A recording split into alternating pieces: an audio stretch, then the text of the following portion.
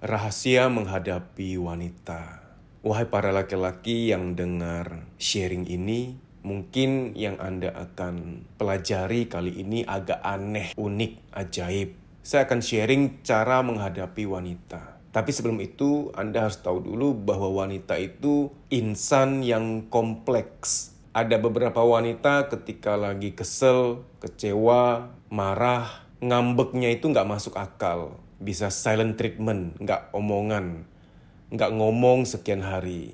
Pasang muka zombie, pasang muka vampir, bisa ketus banget. Beberapa wanita yang lain ketika lagi kecewa, marah, kesel, malah membuat Anda tambah bingung. Ketika Anda mendekati, tanya kenapa, malah jawabnya nggak apa-apa, terserah. Nggak apa-apa, terserah, pikir sendiri, dan lain-lain. Sementara beberapa wanita lain ketika lagi kecewa, kesel, marah, malah bawel, cerewet, ngomel-ngomel. Tidak ada wanita yang sama, berbeda-beda. Namun ada juga wanita yang sangat dewasa, matang, bijaksana, toleran. Yang ketika ada masalah ya bicara baik-baik, itu ada banget. Itu keren banget sih. Tidak ada wanita yang sama. Nah, kita patut mengerti bahwa ketika kita menghadapi wanita yang tanda petik pada umumnya, yang kalau marah, kecewa, kesel, yang ngambeknya silent treatment, atau sikapnya sangat goib, menjawab dengan kata-kata goib ketika kita mendekati atau kita bertanya, kata-kata goib seperti nggak apa-apa, terserah, pikir sendiri. Sebelum saya sharing cara menghadapi wanita, Anda harus ketahui dulu dan memaklumi. Karena di awal harus ada permakluman, pengertian, pemahaman, kesediaan untuk menerima suatu kenyataan bahwa wanita memang makhluk perasaan yang kompleks. Nggak usah jauh-jauh bicara emosi ketika sedang bertengkar. Bicara dinamika perasaan ketika sedang bertengkar dengan wanita. Kita bicara pose foto. Wahai para laki-laki, Anda ngeh nggak? Anda sadar nggak?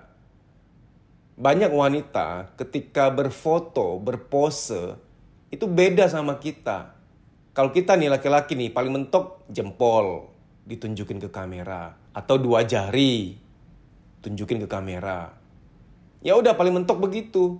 Kita kaum laki-laki mana sanggup pose foto kaki kanan atau kaki kiri, satu di antara kaki itu diangkat ke belakang sedikit atau diangkat ke samping. Kita mana mampu, bagi kita itu lebay, nggak bisa gitu. Kita kaum laki-laki mana mampu kalau berpose atau foto, selfie atau wavy, di mana bibir kita dimonyongin, so imut. Kita mana bisa sih? Ya kalau ada yang bisa silahkan, saya sih nggak mampu ya. Saya jantan soalnya. Bro kakak. Ya dari pose foto aja kita udah tahu laki-laki sama perempuan berbeda. Ini menunjukkan wanita tuh kompleks. Dunia rasanya, dinamikanya sangat kaya. Kaya itu artinya kompleks ya. Banyak layernya, banyak sudutnya, banyak ruangannya. Kompleks. Nggak hanya sekedar, perasaan, emosi, rasa cinta, rasa hangat. Kompleks sekali. Contoh, wanita ketika ada masalah apa, ngomongnya pengen pergi, pengen kabur. Cerai aja, pisah aja. Padahal kan itu adalah gejala-gejala ingin diperhatiin, ingin dicariin, ingin diinginkan. Karena mohon maaf ya, wanita tuh banyak kepalsuan, banyak kebohongan. Dia menjawab tidak apa-apa, nggak apa-apa, itu sebenarnya sangat kenapa-napa tuh. Dia menjawab terserah, sebenarnya dia ingin ngomong bahwa, gini aja masa kamu nggak tahu?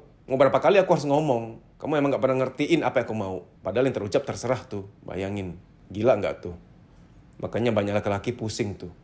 Laki-laki kalau udah pelariannya mancing, pergi mancing sekian jam, bahkan sekian hari, itu tanda laki-laki sudah mentok tuh. Pengen me time, cuti rasa, cuti pikiran. Karena nggak kuat menghadapi ratu di rumah tuh. Bro kakak.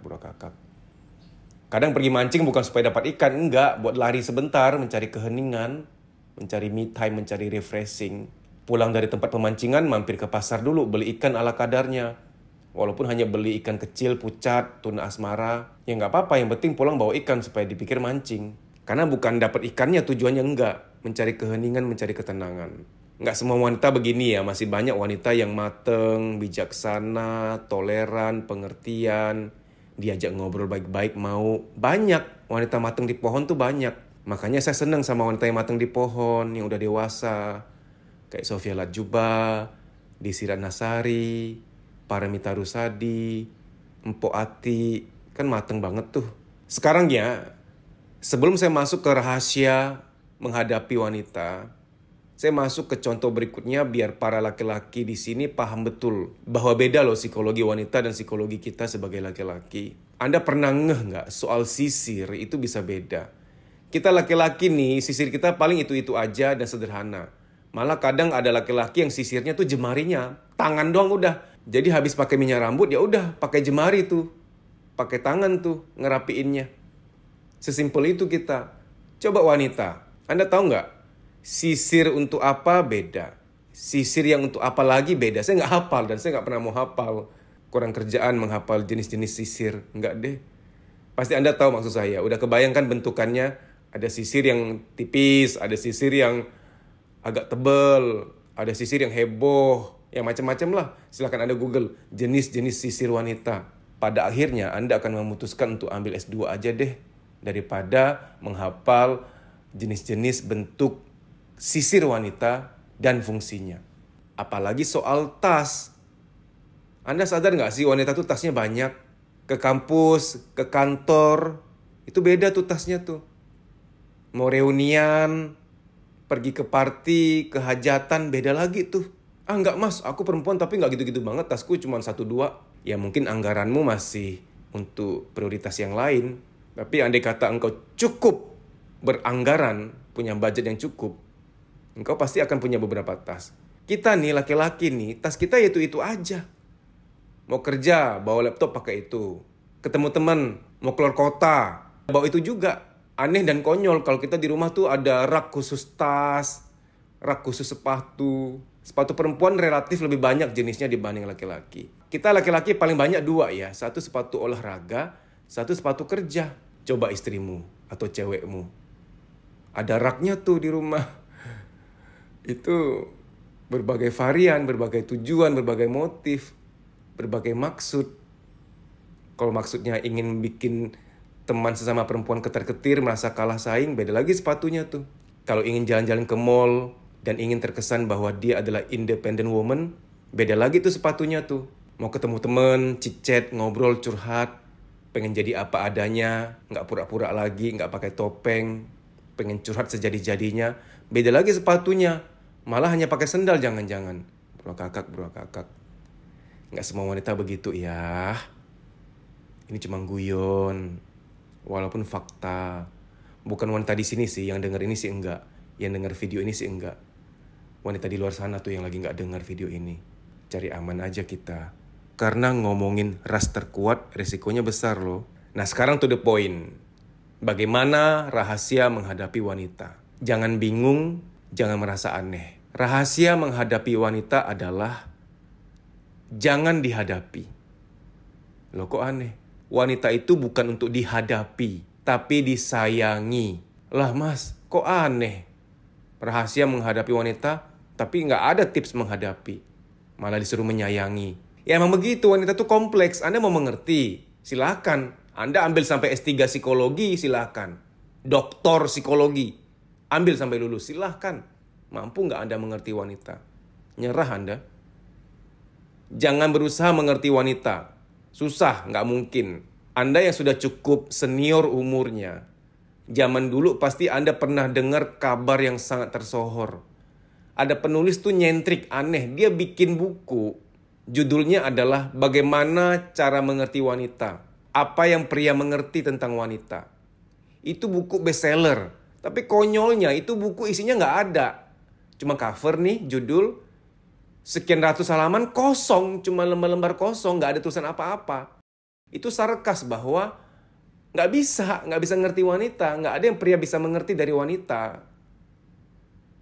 Tapi buku itu laku. Kok bisa laku? Yang beli siapa? Para istri, para cewek, para pacar. Mereka beli nih. Untuk dikasih ke cowoknya, untuk dikasih ke suaminya. Untuk menegaskan bahwa lu emang gak bisa ngertiin gue, gak mungkin. Kamu emang gak bisa ngertiin aku, gak bisa. Ini buku, coba lihat. Sarkas. Kamu gak ngerti apa-apa tentang aku. Coba Anda Google, biar percaya bahwa ada buku model begitu zaman dulu. Laku jutaan eksemplar, buku yang menjual kekosongan. Nggak ada apa-apa, lembar-lembarnya kosong semua, kan aneh. Kenapa wanita harus disayang? Karena wanitamu kalau engkau cukup menyayangi, dia nggak akan ngerecokin kamu, dia nggak akan nyusahin kamu. Itu intinya. Wanita tuh akan ngerepotin kalau kamu kurang menyayangi. Wanita itu akan galak, akan aneh, akan membingungkan Anda kalau Anda kurang menyayangi. Keanehan pada wanita adalah the absence of love, ketiadaan cinta, ketiadaan perhatian, the absence of attention. Jadi nggak cuma anak-anak ya, wanita itu kalau kurang perhatian juga uring-uringan. Nggak semua wanita, tidak. Jangan komentar dulu. Ah enggak, aku nggak gitu. Enggak semua. Saya setuju. Wanita yang matang di pohon ada. Ini saya nggak usah ngomongin artis yang tadi saya sebut wanita matang di pohon. Saya kenal seseorang peserta saya, sangat rutin ikut training saya. Ibu Hermawati namanya. Wah, Ibu Hermawati ini wanita yang tenang, stabil, sabar, pengertian. Jadi masih ada wanita yang benar-benar matang di pohon, wanita yang bijaksana, ada gitu loh. Nggak semua wanita uring-uringan kalau lagi ada maunya atau kekurangan cinta atau perhatian. Enggak. Tapi kalaupun begitu nggak apa-apa, nggak salah juga. Itu manusiawi, itu nature-nya wanita kok. Ini cowok-cowok yang nggak pernah punya kekasih nih pasti nggak bisa ngerti nih. Sekali aja Anda pernah punya kekasih, ya udah, oh betul nih, betul yang masih diomongin. Ya emang gitu. Jadi gini, kalau Anda sering memberikan perhatian, benar-benar membuat dia merasa disayangi, diinginkan, moodnya akan menjadi baik. Dia nggak akan ngerecokin kamu, nggak akan nyusahin kamu beneran. Kalau sampai belakangan, mulai aneh, mulai galak, itu kekurangan cinta, kekurangan perhatian. Emang nggak gampang ya, karena nggak gampangnya gini. Kita laki-laki kan butuh dihargai, butuh dihormati. Sikap-sikap dia selama ini mungkin sudah terlanjur bikin kita merasa nggak dihargai. Merasa nggak terhormat lagi. Nah, adalah tantangan besar untuk bisa menyayangi. Makanya dalam rumah tangga rumusnya adalah jangan tunggu-menunggu, langsung saling melakukan. Apa itu saling melakukan? Suami menyayangi istri, istri menghormati suami. Itu dilakukan bersamaan. Jangan tunggu-menunggu. Karena kalau saling tunggu, suami berkata, enggak ah, lebay, jijik, geli. Aku nggak mungkin menyayangi dia kalau dia nggak menghormati aku. Si istri juga ngomong tuh, ah mana bisa aku menghormati dia? Dia aja nggak sayang sama aku. Ya udah deh. Anda saling tunggu, nggak kunjung datang, ya udah. Nggak terjadi apa-apa, nggak terjadi pemulihan hubungan. Ayo sama-sama mulai. Anda yang dengar ceramah ini, ada masalah soal itu, ya udah sama-sama mulai. Suami mulai menyayangi istri, memberikan perhatian. Cari tahu love language istri Anda apa. Physical touch, quality time, word of affirmation atau apa. Cari tahu. Kalau Anda nggak cari tahu dan Anda nggak mau memenuhi love language istri Anda, nanti malah love language-nya aneh-aneh. Malah physical attack. Orang kan harusnya love language physical touch. Dibelai, disayang-sayang rambutnya, diusap pundaknya, punggungnya. Kalau Anda nggak berikan ini, malah nanti dapatnya physical attack dari istrimu.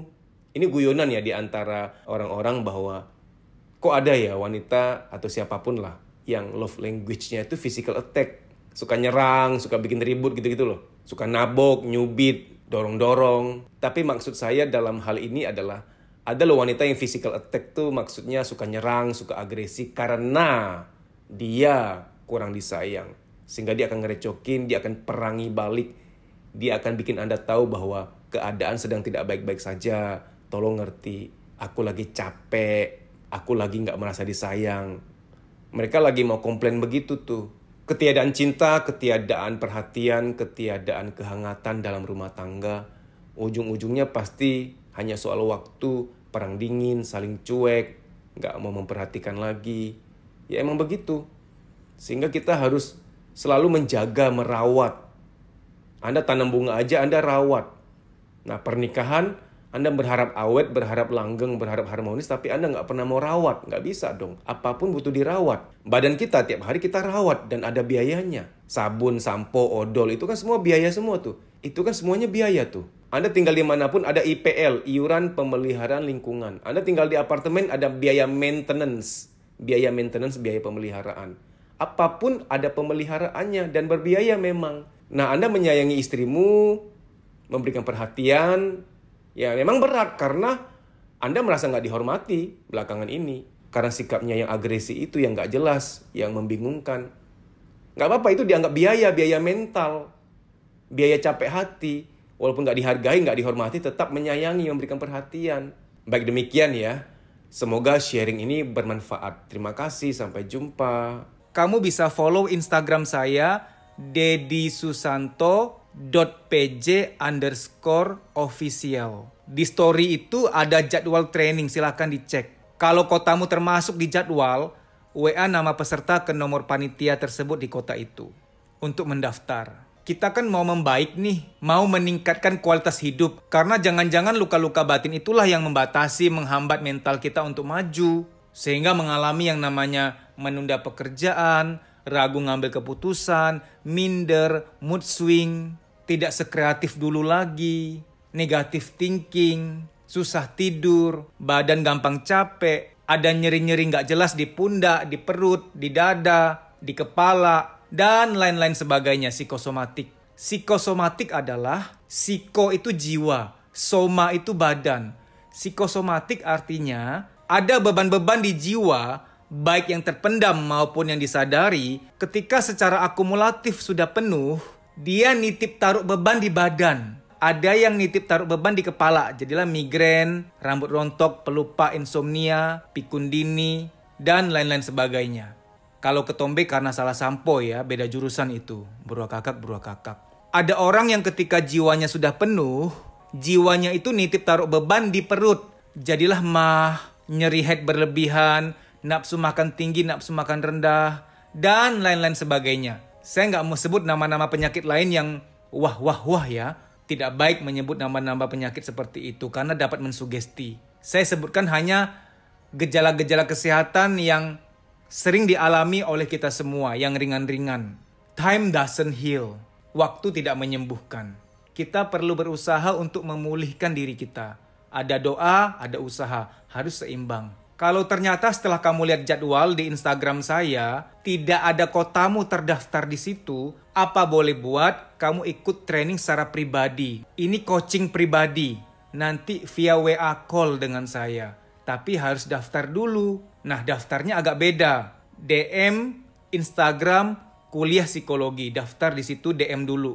Bilang bahwa kamu mau daftar training private, coaching private. Baik demikian ya, semoga informasi ini bermanfaat. Terima kasih.